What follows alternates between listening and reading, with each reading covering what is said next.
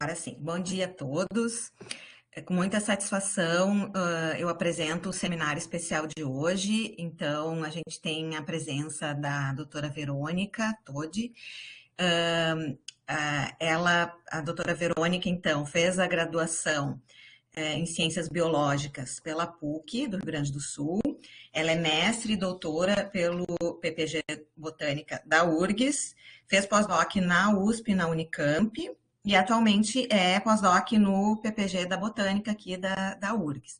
Então, a gente convidou a Verônica, porque certamente ela tem uma série de dados, resultados interessantes para compartilhar com a gente. Então, muito obrigada, Verônica, por ter aceito o convite.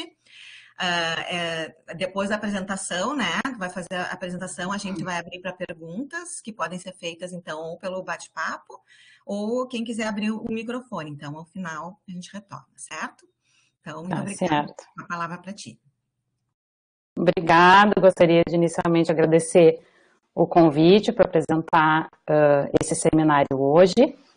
Eu vou falar um pouquinho hoje sobre a biogeografia e o papel de fatores abióticos na diversificação de Syzyrinchium, que é um gênero da família Iridaceae. Esse trabalho faz parte do meu projeto atual de pós-doc, que eu desenvolvo sob a supervisão da professora Tatiana Teixeira de Souza Kiss, no PPG em Botânica aqui na URGS. Então, quem é Syzyrinchium? O gênero Syzyrinchium pertence à família Iridaceae, são na maioria espécies herbáceas, rizomatosas perenes. O número de espécies conhecidas ainda é um dilema, né, porque é um gênero taxonomicamente muito complexo, é um gênero muito diverso. Existem entre 140 e 216 espécies que ocorrem distribuídos nas Américas, que é o que a gente vê nesse mapa aqui, onde eu plotei a distribuição das espécies, cada cor representa uma espécie diferente de Syzyrinchium, e aqui a gente tem um representante para ilustrar quem é esse gênero que a gente vai falar hoje. Então, a maioria da diversidade do grupo se encontra aqui na região da bacia do Rio Paraná. Aqui algumas fotos de alguns outros representantes, outras espécies do gênero Syzyrinchium, para dar uma ilustrada sobre o organismo que a gente vai estar falando hoje. E a gente vai falar um pouquinho, então, sobre qual o impacto de fatores abióticos na diversificação de Syzyrinchium. O que a gente quer dizer quando a gente fala de diversificação ou de taxas de diversificação? Há muito tempo já cientistas, biólogos são intrigados e pesquisam e questionam por que em alguns clados da árvore da vida existem muitas espécies, enquanto que alguns clados são representados por muitos poucos táxons. Que fatores que influenciam para que isso ocorra, que alguns clados sejam muito ricos, enquanto outros apresentem apenas poucas linhagens. Então, alguns fatores vêm sendo vinculados a isso, como, por exemplo, inovações-chave, que é o surgimento de características morfológicas que podem fazer com que um determinado clado se diversifique muito mais do que outro. Oportunidades-chave, como, por exemplo, o movimento de um determinado organismo para uma outra região, onde encontra um nicho favorável ou desfavorável, assim aumentando as taxas de extinção, como, por exemplo, então, eventos de extinção em massa, os tipos de polinizadores podem influenciar nas taxas de diversificação, a biogeografia, o paleoclima. A gente pode falar também sobre rearranjos cromossomos ou mudanças no tamanho do genoma. Tudo isso são mecanismos, são fatores que vêm sendo apontados como importantes na diversificação de diferentes grupos. Então, a gente pode falar tanto de fatores bióticos, que são fatores ali da biologia do organismo, também como fatores abióticos, como o paleoclima, a distribuição das espécies, a biogeografia e etc. E hoje eu vou focar essa parte, esse capítulo do meu trabalho, dessa parte do pós-doc, então fala sobre os fatores abióticos que influenciam, então, na diversificação desse gênero. Então, como introdução, vamos ver alguns exemplos de fatores abióticos que podem ter impacto na diversificação da flora nas Américas. Aqui nesse gráfico a gente vê um número de linhagens, né, linhagens ao longo do tempo, certo? Então a gente aqui em cinza nós temos alguns fatores geológicos que foram importantes na diversificação de espécies ou na distribuição das espécies como elas ocorrem hoje ao longo do globo. E aqui em vermelho no gráfico nós temos ainda um proxy de temperatura. E aqui essas linhas em azul são linhagens de animais, e em amarelo linhagens de plantas. A gente vê, por exemplo, aqui que a separação da África e da América do Sul não teve nenhuma importância na diversificação, pelo menos dessas linhagens amostradas aqui. Enquanto a gente tem uma diversificação muito maior aqui em direção ao presente, onde tem o soerguimento dos Andes, né, de uma região dos Andes, e a gente tem também mudanças drásticas na temperatura do globo.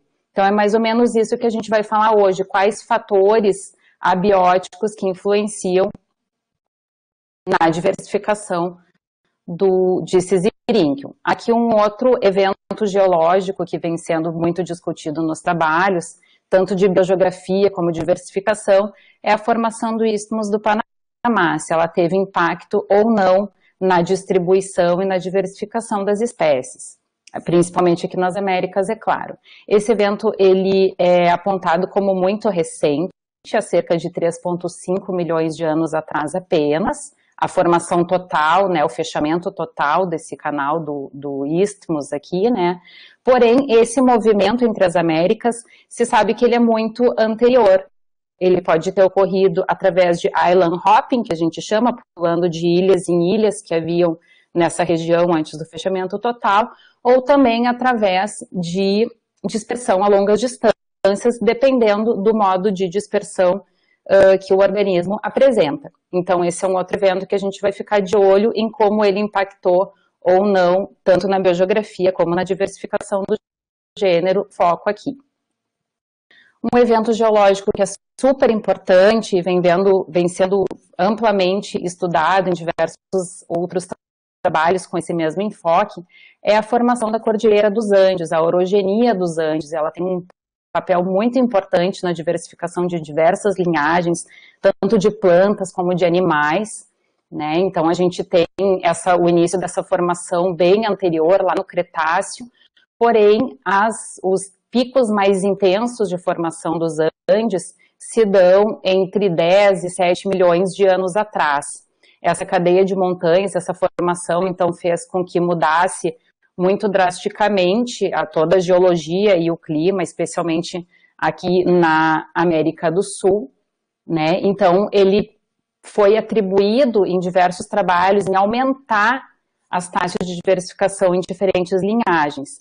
Isso através da criação de novos nichos, né? Essa cadeia de montanhas ainda pode agir como uma barreira geográfica, promovendo o isolamento genético entre populações, por exemplo, populações de altas altitudes e populações de baixas altitudes, ou que ocorram em lados opostos dessa cordilheira, ou ainda agindo como um species pump, ou seja, espécies diversificam nos Andes e mais tarde colonizam outras áreas, certo? Então a formação da Cordilheira dos Andes é um fator bem interessante e vem sendo apontada nos trabalhos por aumentar taxas de diversificação em distintas linhagens. Um outro evento geológico interessante que impacta muito a distribuição, a biogeografia das espécies aqui na América do Sul é a formação da chamada diagonal seca, certo? Essa diagonal seca ela é composta pela Caatinga, pelo Cerrado e pelo Chaco, que inclui o nosso Pampa aqui, e ela separa uma floresta que anteriormente, no passado, era contínua, e hoje forma, então, a floresta amazônica e a floresta atlântica, que ficam, então, separadas por essa diagonal seca. Essa formação, então, essa mudança tanto no clima, mudando a umidade, mudando a temperatura, mudando, então, a geografia desse lugar como um todo, impactou diversas linhagens de organismos, e tem vários trabalhos que relatam isso. A gente vai ver como que isso acontece no nosso gênero foco aqui. Com relação à América do Norte, nós temos a formação, a orogenia dessas cadeias de montanhas no oeste da América do Norte e diversos outros exemplos que a gente pode citar que são importantes. Um outro fator abiótico que tem grande relevância na diversificação das espécies é o paleoclima, ou a paleotemperatura. Então, existem eventos climáticos bem conhecidos e específicos que podem ter influenciado fortemente a distribuição e a diversificação dos organismos. Aqui, por exemplo, nós temos esse pico aqui na temperatura, que é conhecido como o Middle Miocene Climatic Optimum, ou climático ótimo, da metade do Mioceno. Esse evento aqui, ele é apontado em diversos trabalhos como um fator muito importante na diversificação de diversos organismos. E aqui a gente tem também, por exemplo, as bem conhecidas glaciações do Pleistoceno. Então, esses são outros exemplos que a gente pode falar e que a gente precisa estar atento na hora de interpretar os nossos dados de biogeografia e também de taxas de diversificação. Então, o que nós sabemos hoje sobre os relacionamentos, né, sobre a filogenia, o que existe hoje, e biogeografia no gênero Syzyrinchium? Então, existem vários trabalhos taxonômicos para o grupo, principalmente baseados em dados morfológicos, e existem poucos trabalhos com caracteres moleculares, né, filogenias moleculares, entre eles, e o mais importante, é esse trabalho da Camila Inácio, de 2017, onde ela mostrou uma grande parte da diversidade do gênero, cerca de 70% da diversidade do gênero, e ela comprovou, então, o monofiletismo de Syzyrinchium. Ela mostra também que nós temos esses relacionamentos aqui com os grupos irmãos que estão dentro da tribo Syzyrinque, né, que é a tribo a qual o Syzyrinchium pertence, né, então Syzyrinque tem mais 5 gêneros, e a Camila dividiu, baseado em dados morfológicos e moleculares, o gênero Syzyrinchium em 10 seções. Aqui nós temos um trabalho de biogeografia de 2008, mas é um trabalho de biogeografia para a família Iridaceae como um todo. E eles inferiram a diversificação de Syzyrinchium dos demais gêneros da família há cerca de 19 milhões de anos atrás.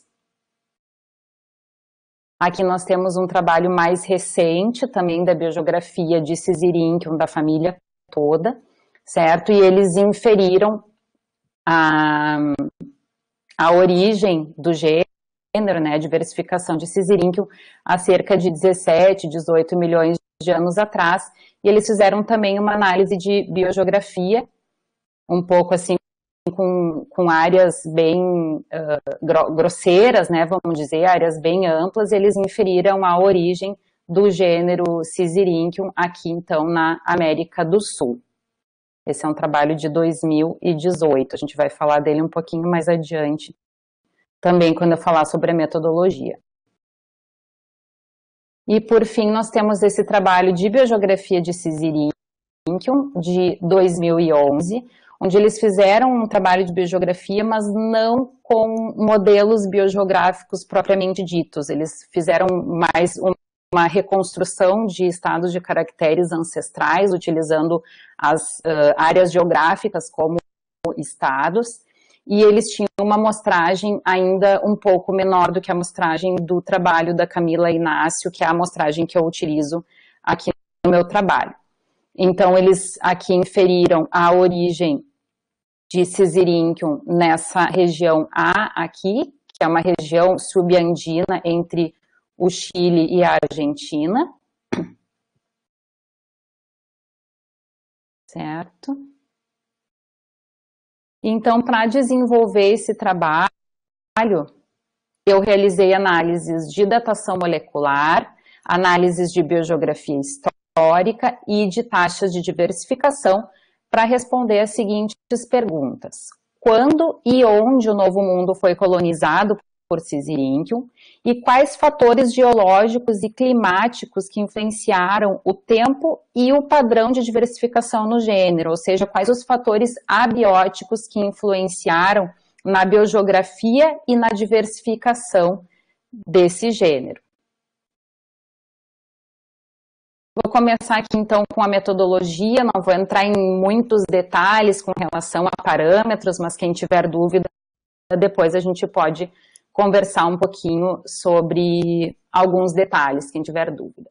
Foram amostrados então 104 táxons de 102 espécies, representando as 10 seções e toda a diversidade morfológica e distribuição geográfica de Syzyrinchium. Foram incluídos 13 grupos externos, representantes da tribo Syzyrinque, e foram utilizados 8 marcadores moleculares, que foram os mesmos, essa é a mesma amostragem utilizada no trabalho da Camila Inácio, certo? Então, aqui embaixo tem os marcadores listados, e eles contemplam os 3 genomas encontrados nas plantas, né? O plastidial, mitocondrial e também marcadores do genoma nuclear.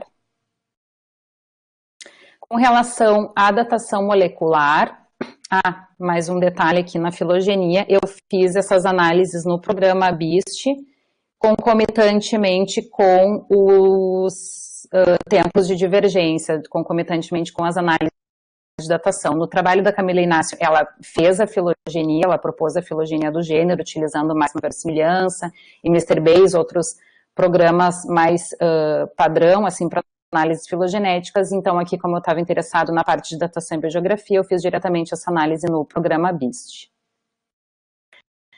Com relação à datação molecular, nós utilizamos nós utilizamos calibração secundária pela falta de fósseis, para fazer uma calibração baseada em registros fósseis. Então, eu utilizei datas desse trabalho que eu mostrei anteriormente para vocês. Eu usei datas de nós específicos aqui dentro da tribo Syzyrinque, onde eu tenho a diversificação de Syzyrinchium dos demais gêneros, e onde eu conseguia calibrar também com a minha amostragem de grupos externos. Aqui mais alguns parâmetros que foram utilizados nessa análise, eu não vou entrar em detalhes com relação a isso, depois a gente pode ver se alguém tiver dúvidas. Com relação à reconstrução de áreas ancestrais, ou seja, a biogeografia. Então, inicialmente eu investiguei qual que era a distribuição de Syzyrinchium, tentando montar um banco de dados com coordenadas geográficas. Aqui eu fiz essa compilação, então, a partir de bancos de dados próprios do grupo da professora Tatiana, e muita gente que vem trabalhando há bastante tempo com esse gênero. E eu também extraí coordenadas do GBIF, utilizando pacotes do R. Posteriormente, esses dados foram tratados, excluindo coordenadas, localidades duplicadas ou localidades que estavam fora da área de distribuição conhecida para essas espécies. E, ao final, eu compus um banco de dados formado com cerca de 9.000 registros para as espécies de Syzyrinchium amostradas nesse trabalho. E aqui eu tenho um mapa final de distribuição, onde cada cor representa uma espécie diferente. Aqui eu tenho um mapa de distribuição para as 10 seções de Syzyrinchium. A gente pode ver que as seções ocorrem principalmente em algumas localidades específicas, né? Cada seção, em geral, ela fica agrupada em uma região bem delimitada. E a partir desses mapas de distribuição e também de outras áreas operacionais que existem na literatura para a região das Américas, eu selecionei 7 áreas operacionais, ou seja, as áreas que eu vou tratar na minha análise de biogeografia, certo? Então, essas 7 áreas são aqui em azul, que nós chamamos de Brazilian Highlands, que são essas serras aqui do sudeste brasileiro. Depois, em B, nós temos Pampa e Chaco. Em C, o sul dos Andes e Patagônia. D, os Andes central e norte dos Andes. O E, América Central. o F é oeste da América do Norte e G, nordeste da América do Norte. Então, para as análises de biografia, eu utilizei o programa Lagrange, o modelo DEC, Dispersal Extinction Cladogenesis, eu utilizei a árvore datada no BIST, e depois diversos outros parâmetros também que são ajustados para realizar essa análise. Com relação agora à estimativa de taxas de diversificação. Quando a gente fala de taxas de diversificação, a gente calcula então a taxa de especiação menos a taxa de extinção dos organismos. Existem diversos modelos para fazer essas estimativas e eu usei alguns para observar o comportamento das taxas de diversificação em Syzyringium. Dentre esses modelos, então, eu utilizei um modelo onde as taxas variam em função do tempo e através dos clados no programa RevBase. Eu utilizei um outro modelo onde as taxas variam em função do tempo. No pacote TES do R, esse modelo permite eventos de extinção em massa. E eu usei também esse mesmo modelo no programa RevBase. E depois eu usei um terceiro modelo, onde ele permite a influência de altitude, verificar a influência da altitude nas taxas de diversificação. E aí eu separei, então, as espécies que ocorrem acima de 2.000 metros e codifiquei também as espécies que ocorrem abaixo de 2.000 metros. E aí, para essa análise, eu utilizei um pacote chamado RICE, ou o GeoRICE também eu testei, que permite Hidden Characters, que são pacotes do R.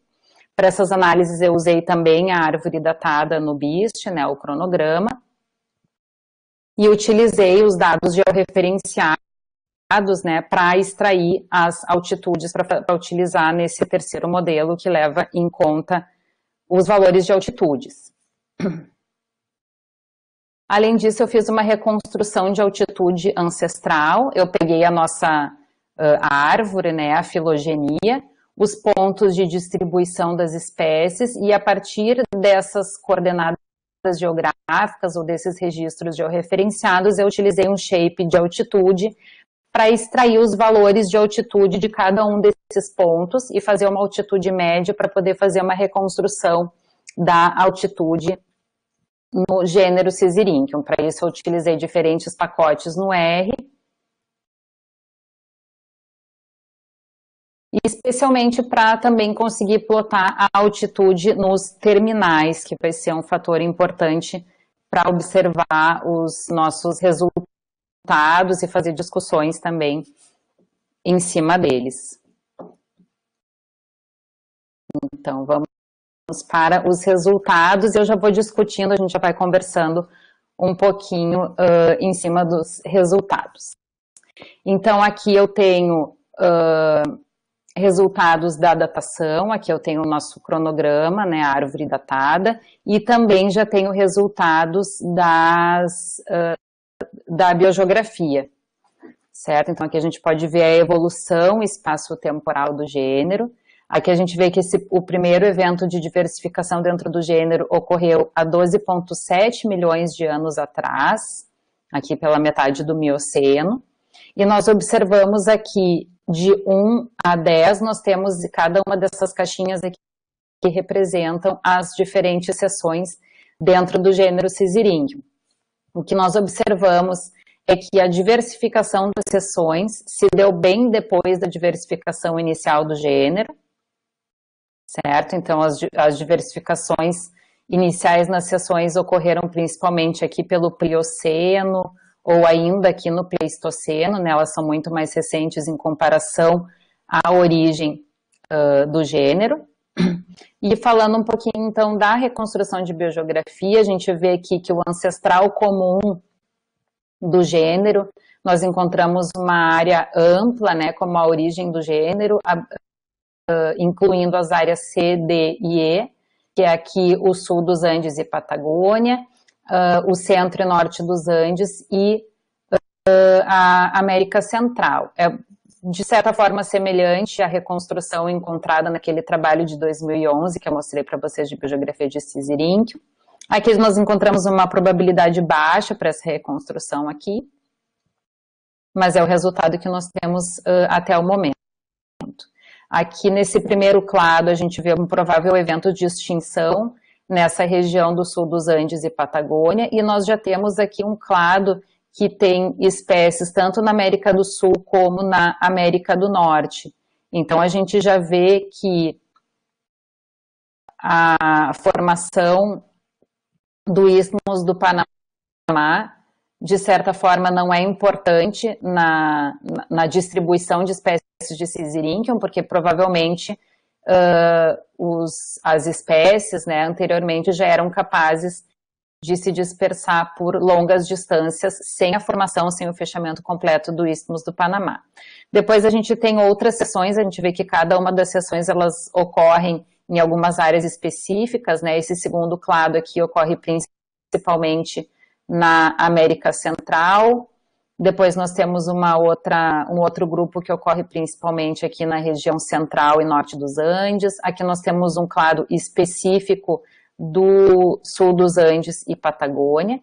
E a gente vê que a dispersão, o movimento para essa região aqui, para essas serras do sudeste brasileiro, se deu bem depois. E a partir daí a gente teve a movimentação para B, para Pampa e Chaco, e a partir de Pampa e Chaco teve uma dispersão de longa distância para a América do Norte. Então elas dispersaram a partir daí para diversas outras regiões.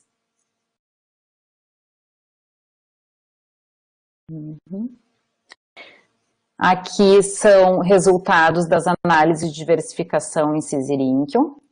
Aqui nessa primeira árvore à esquerda nós temos taxas de net diversification ou de diversificação, né? São taxas de especiação menos taxas de extinção, aonde as cores mais marrons aqui representam baixas taxas de diversificação, passando pelo roxo, e depois aqui em rosa, vermelho, nós temos as taxas de diversificação mais altas. Então, a gente observa aqui nesses primeiros clados a divergirem taxas de diversificação menores, e esses círculos pretos aqui representam shifts, ou mudanças mais abruptas nas taxas de diversificação. E isso a gente observa quando existe um movimento dessas regiões mais elevadas, né, regiões de altitudes mais elevadas, em direção a altitudes mais baixas, que é o que a gente observa aqui nessa outra árvore à direita, que é onde eu tenho os resultados da reconstrução de altitude ancestral, certo? Então aqui em azul são as altitudes mais elevadas, e em vermelho a gente passa para menores altitudes. Então, a gente vê que isso acompanha aqui, a gente tem verde e depois passa pelo amarelo, e depois aqui a gente tem, então, altitudes mais baixas aqui nesses clados, aonde a diversificação é maior.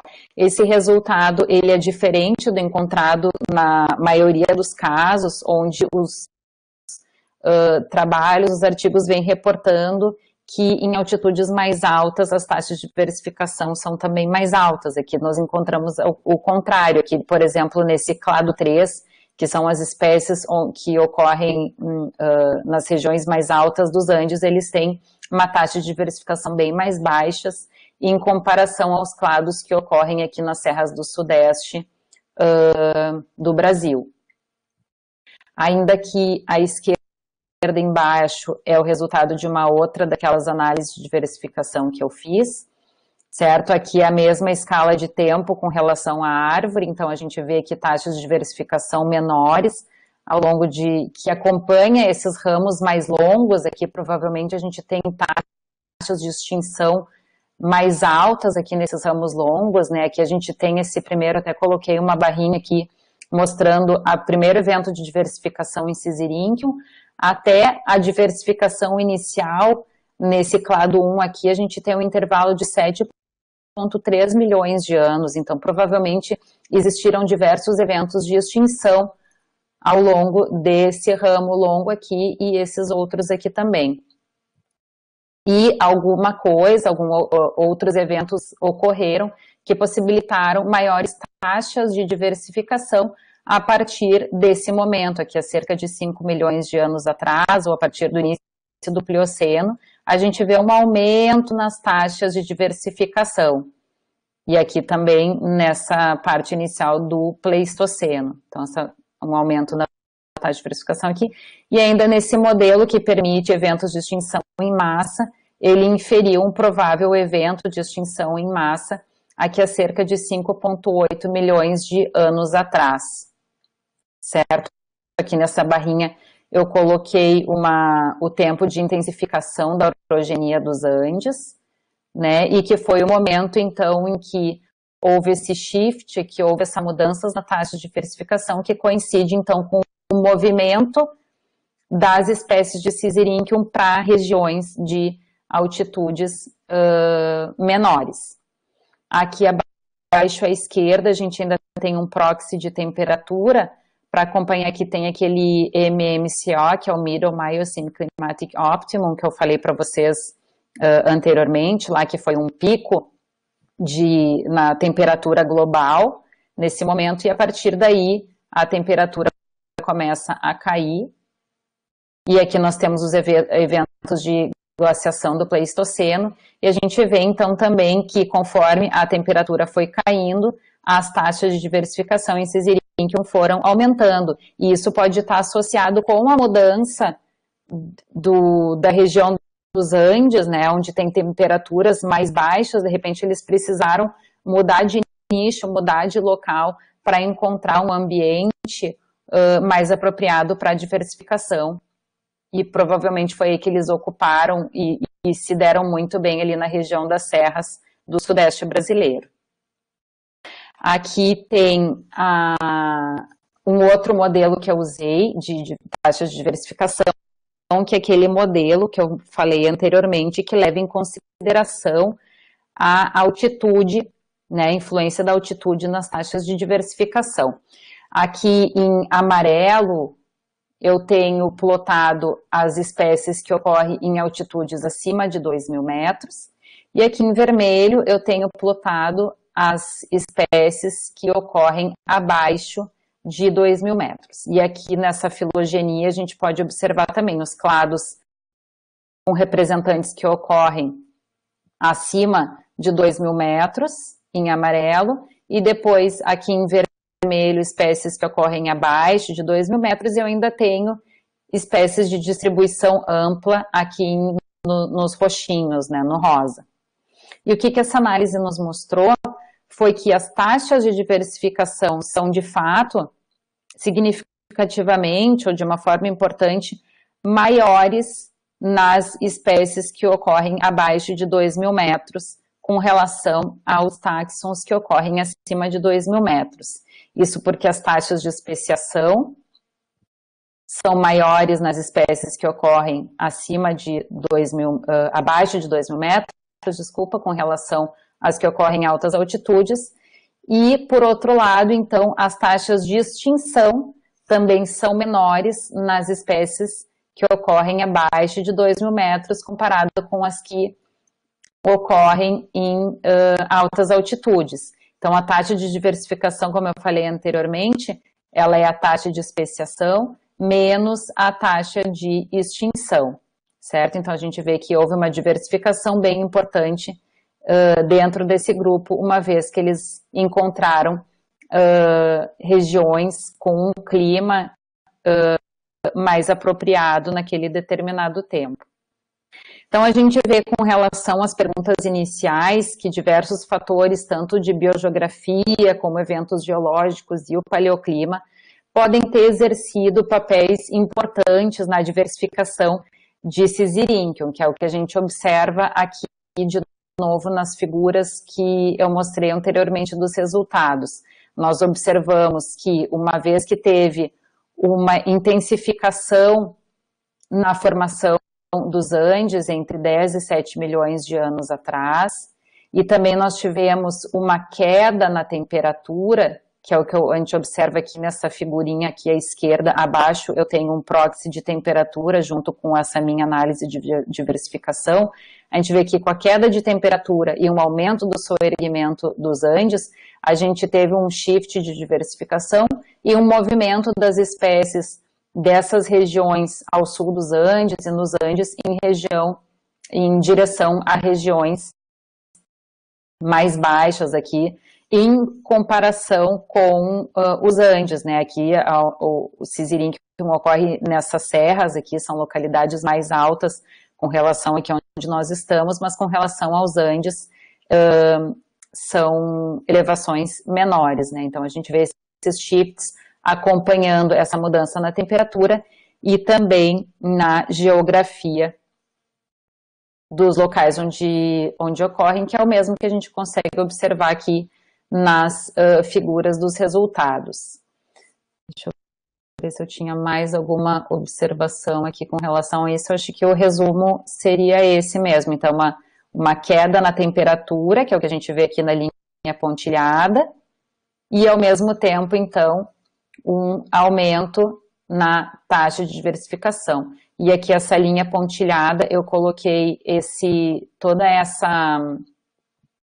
momento aqui, toda essa etapa aqui da evolução do gênero, onde a gente tem altas taxas de extinção, que é onde ocorrem esses ramos longos aqui, e a gente vê que os principais clados atuais, as linhagens atuais, diversificaram bem mais recentemente. Então, provavelmente alguns eventos climáticos e geológicos ocorreram durante esse tempo aqui, que fizeram com que as taxas de especiação fossem menores e as taxas de extinção fossem maiores no gênero. E aqui tiveram mudanças importantes que favoreceram, então, a diversificação do gênero. Ou seja, encontraram locais, nichos apropriados e também com uma temperatura adequada para se diversificarem. Um outro evento que nós atribuímos uma certa importância, ele vem sendo menos relatado na literatura, que é essa transgressão marinha no Mioceno, ou a formação Paraná ou Mar Paranaense.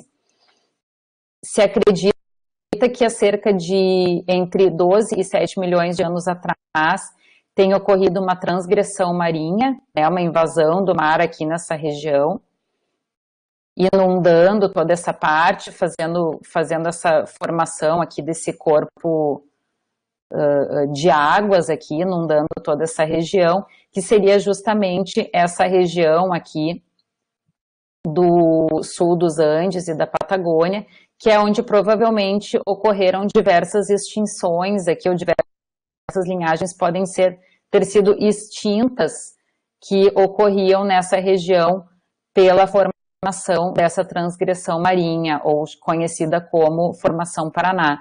Então, no momento que a gente conhece a biogeografia ou a história, evolução espaço-temporal do gênero, a gente vai observando que eventos geológicos, o que pode ter acontecido com a história desse grupo para que tenha ocorrido além da temperatura, né, mudanças na temperatura, que eventos geológicos podem ter impactado para que a gente tenha essas grandes taxas de extinção durante esse tempo, e coincide, então, entre 12 e 7 milhões de anos atrás, e a região também coincide, né, porque a gente tem na reconstrução, se acredita que aqui tenha sido uma região de origem do gênero, né, provavelmente, então, essa formação pode ter provocado algum impacto nas linhagens ancestrais aqui em Syzyrinchium.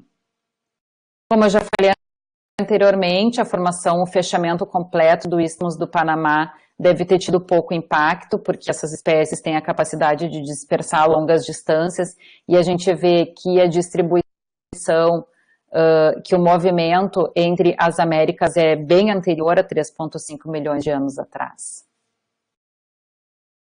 Então, essa foi uma primeira etapa do meu projeto de pós-doc atual.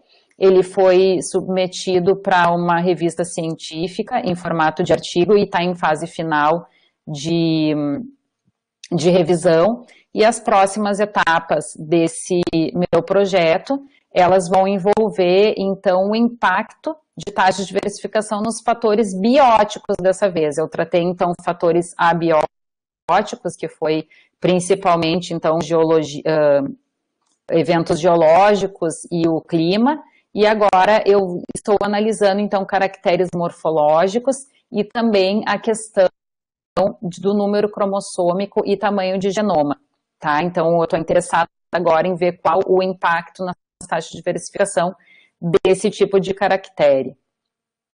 Então, o gênero Syzyrinchium, ele é muito diverso, ele tem caracteres morfológicos muito interessantes para serem investigados, também a questão do tipo de polinização, a presença de tricomas glandulares e produtores de óleo, tem linhagens que possuem esses tricomas, outras não possuem, e a gente vai então tentar ver se esses determinados caracteres morfológicos têm impacto, estão associados também com as taxas de diversificação no gênero.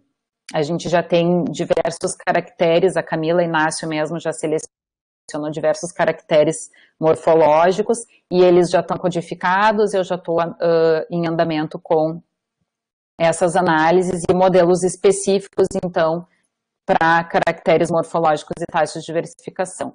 Com relação ao número cromossômico, em Syzyrinchium, existe uma diversidade muito grande de número cromossômico, mesmo dentro de uma seção, dentro do mesmo clado, tem bastante variação de número cromossômico. Aqui eu tenho as seções onde nós temos número cromossômico amostrado e a variação de número cromossômico dentro da seção.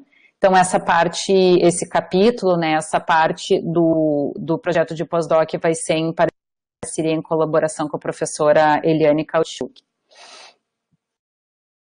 E aqui, para fechar, para finalizar, e para falar um pouquinho mais sobre as próximas etapas desse trabalho, tem o que nós temos amostrados de tamanho de genoma, e a gente vê que existe uma diversidade grande dentro de todo o gênero, e mesmo dentro de cada uma das seções. E aí a gente pretende utilizar modelos, existem modelos específicos que inferem, que vão analisar, então, se esses dados, né, tanto de número cromossômico como de tamanho de genoma, têm influência nas taxas de diversificação dentro do gênero. Fechando, então, assim, uma história evolutiva, tentando ver a influência tanto de fatores abióticos como bióticos na evolução do gênero. Então, era isso que eu tinha para apresentar para vocês hoje. Muito obrigada. Obrigada, Verônica, pelo excelente seminário. Eu vou abrir, então, para perguntas. O pessoal pode fazer as perguntas ali pelo bate-papo. Já tem algumas pessoas que eu estou vendo que estão digitando ali, por enquanto, só elogios. Mas vamos ver se sai alguma pergunta. Ou comentário, enfim. Tá, eu deixei meu e-mail que eu fico disponível de qualquer forma para se alguém quiser tirar dúvidas mais específicas dos modelos, das análises, que eu apresentei assim de forma bem geral, assim, né? Não entrei em detalhes nas análises, mas se alguém tiver interesse. Uhum. Bom, enquanto as pessoas estão digitando ali, eu fiquei intrigada, Verônica, com aquela questão da transgressão marinha. Eu não tinha lido sobre exatamente aquele caso ali. Tem outros trabalhos com outras espécies vegetais ou até animais mostrando extinção em decorrência dessa transgressão? Tem poucos trabalhos atualmente com relação a isso, mas tem um trabalho do próprio grupo da professora Loreta, eu acho que é um trabalho do Geraldo Mader, que, mais a nível populacional, que eles também atribuem essa transgressão marinha na distribuição, ou mais relacionado com populações de uma linhagem de plantas. Eu não sei se é do grupo, não me lembro agora qual que é o trabalho, mas eles também... Está assistindo, possa falar. Mas eu já li trabalhos dessa questão da transgressão, mas o que me chamou a atenção foi a figura ali daquela... não sei se... Mostrando toda aquela entrada ali, eu não tinha visto essa figura de qual artigo exatamente. Tá, acho que dá para ver ali embaixo, tem Gross 2015, eu tenho outras referências mais antigas também, então eles têm uma série de conjuntos de fósseis e de outros organismos marinhos que eles encontram registros nessa região, né? Possivelmente ocorreu, né? Não tem como ter certeza, assim como aqueles conjuntos de águas na Amazônia, né? Tem uma série de formações dessas que eles inferem a partir de registros fósseis e que se acredita que pode ter ocorrido nesse tempo, né, e nessa região. A gente tem um trabalho também com bromélias, trabalho da Márcia Goetze, mostrando alguma influência dessas ali na região de Laguna. Bióticos bem diferentes ali, que provavelmente ficaram isolados e tal, mas o que me chamou a atenção foi essa incursão do mar ali para dentro na figura essa de Gross, mas eu vou procurar o artigo, vou dar uma lida. Tá, eu tenho um outro mais antigo aqui também, que de repente não mostra tão grande essa invasão aí lá para cima. Pois é. E aí existem alguns trabalhos que tem ali na figura, tem aqui o Pebas Wetland, que eles chamam, que era uma formação de águas que se formou aqui na região oeste do Amazônia, em decorrência do soerguimento dos Andes e de acúmulo de águas aqui nessa região. Existem ainda alguns trabalhos que defendem que esses conjuntos de águas eram interconectados e outros que dizem que não. Né? Isso sim, ainda não existe consenso, mas que existia uma transgressão marinha aqui e aqui no oeste da Amazônia. Existem bastante evidências que corroboram com esses achados, né? Mas se eles eram conectados ou não é que existe dúvida. A Loreta respondeu ali que é. A Loreta respondeu, O Osman tem uma pergunta ali também, não sei se tu consegue ler, mais para cima ali, segundo Jaramillo, 2018. Ah, tá. Fechamento de... tem os trabalhos do Jaramillo e tem outros trabalhos mais recentes ali do grupo da... Tem vários outros trabalhos, existe um debate bem grande com relação a isso. Como é que é o nome? Agora me deu um branco dessa formação bem mais recente do Istmo do Panamá. Existem muito mais evidências, né, de que isso tenha acontecido bem mais recentemente. Esses trabalhos aqui, da Bacon e colaboradores, tem uma série de trabalhos da Bacon que defende que essa formação do istmo esteja bem mais recente do que entre 10 e 13 milhões de anos atrás.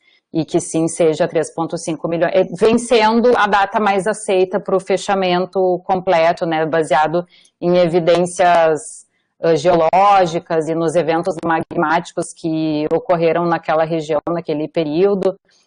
O que tem sido mais aceito atualmente é que é bem recente esse fechamento total, aqueles trabalhos do Jaramillo e de outros autores já vêm sendo bem discutidos, né? Eu te recomendo dar uma lida, eu posso te passar algumas outras referências com relação a esse fechamento total super recente, né, de 3,5 milhões de anos atrás, que são esses trabalhos da Bacon, e tem mais outras referências interessantes com relação a isso. Eu acho que o Gustavo quer abrir o microfone para fazer perguntas, ótimo. E o Osman também tem uma... Outra. Perguntou que tipo de sementes apresenta o grupo para conseguir dispersão a longa distância. Elas são sementes bem pequenininhas, são bem pequenas. E ao longo da história da família de Iridaceae como um todo, já tem outros eventos de longa distância, inclusive entre transoceânicas, assim. Então, a gente imagina que é possível, sim, a dispersão a longas distâncias dessas sementes. Elas são sementes bem diminutas e pela história evolutiva, assim, dentro de toda a família, se observa que existem diversos outros eventos de dispersão a longa distância dessas sementes. Gustavo, pode abrir. Tá. Obrigado. Oi, Consegue escutar? Gustavo. E aí, Sim, Verônica? Nossa, tudo que legal bom? esse trabalho. Tudo Ai, certo.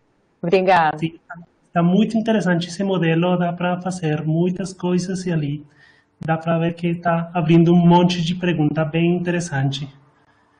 Eu gostei muito, fiquei com interesse daquela relação entre a altitude e a diversificação do grupo, Tá. mas para mim não fica claro qual é realmente como a condição ou o fator que esteja envolvido na diversificação do grupo, porque a altitude, as plantas não sabem o que é altitude, elas conseguem Sim, sentir a temperatura, a precipitação.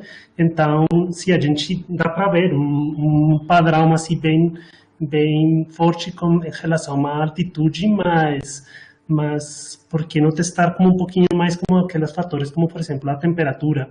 Eu imagino ou daria para ver se tem, por exemplo, uma diferença do nicho entre as isso. espécies que correm acima ou ou em baixas altitudes e ver se a temperatura, por exemplo, esteja sendo um fator limitante, ou seja, uma coisa mais conservada e mais bem a diversificação nas zonas de baixa altitude, seja mais bem outra coisa relacionada com a precipitação, ou sei lá, alguma outra Isso. coisa. Então, não sei se tem planejado como tentar aprofundar um pouquinho mais como nos nichos, a possível diferenciação entre os diferentes clados e ver quais sejam as condições que realmente estejam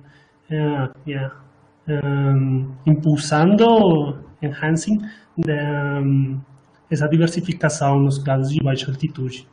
Isso, tens razão, Gustavo. E é uma sugestão muito boa, e isso tá, assim, nas próximas etapas. Eu não coloquei ali na parte final ali, mas essa parte de influência de fatores ecológicos, né, das variáveis ecológicas também, a gente ficou bem interessado justamente a partir dessa análise.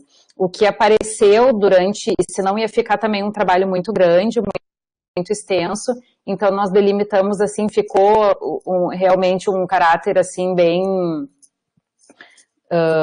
não é muito exato, assim, né, acima de 2.000 metros, abaixo de 2.000 metros, mas nós achamos, assim, algumas diferenças interessantes, assim, na taxa, e fechou bem com o resto da discussão do trabalho, então nós deixamos, né, essa parte da altitude, aquela parte da reconstrução de altitude ancestral, e essa mudança, então, esse movimento dos Andes para as serras do Sudeste brasileiro, a gente achou que fechou bem a discussão toda junto com essa análise, mas a gente tem bastante interesse, sim, em aprofundar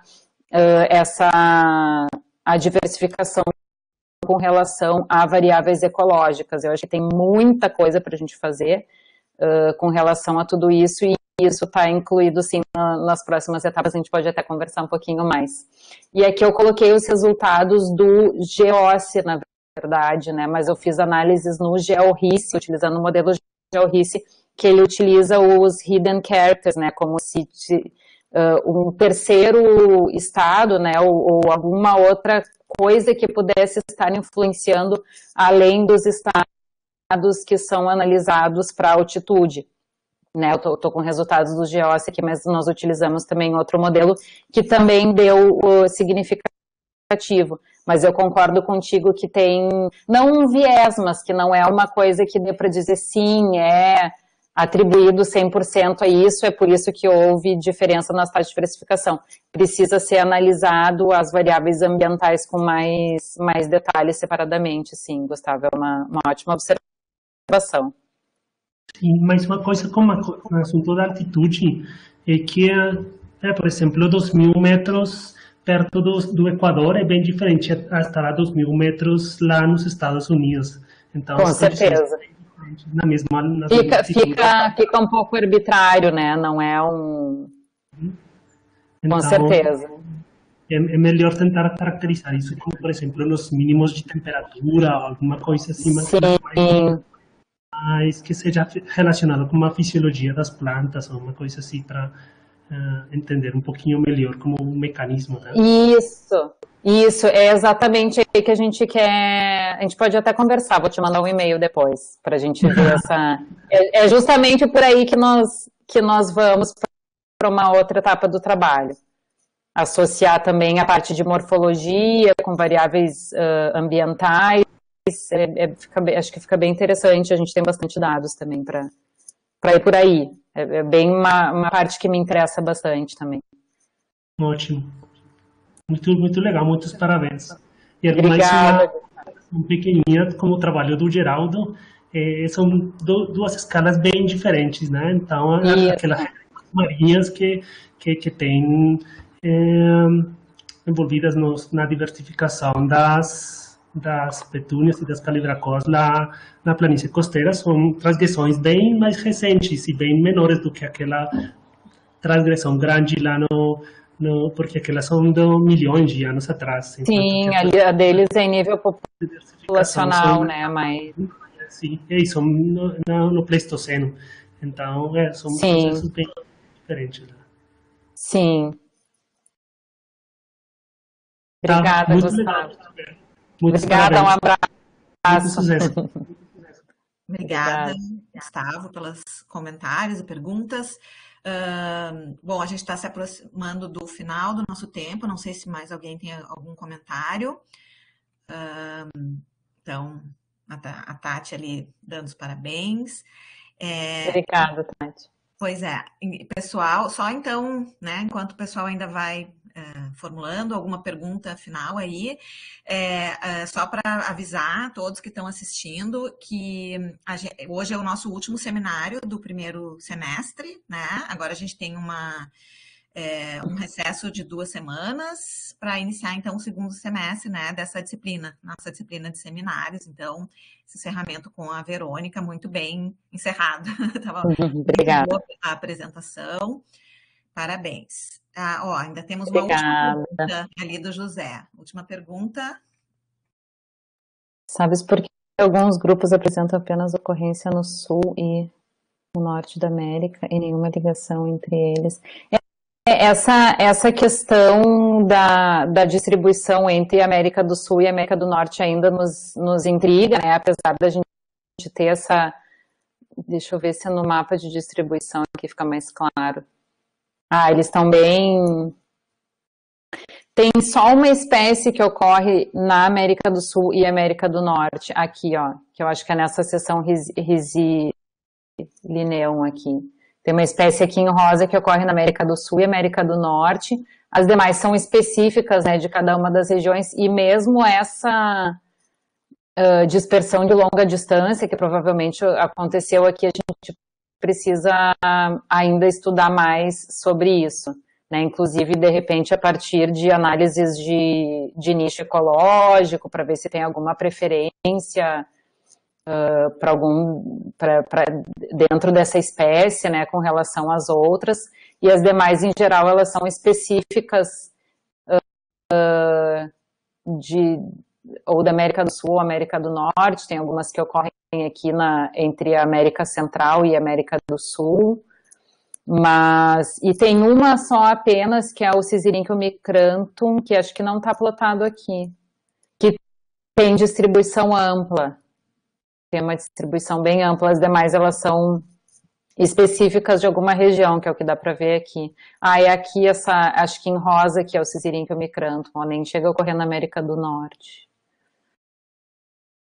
Mas é interessante essa distribuição, sim. Ali a Tati respondeu, Morphanthus. Certo. Então, pessoal, eu agradeço a presença de todos e o excelente seminário da Verônica. Obrigada. Vai encerrar. Acho que Gabriel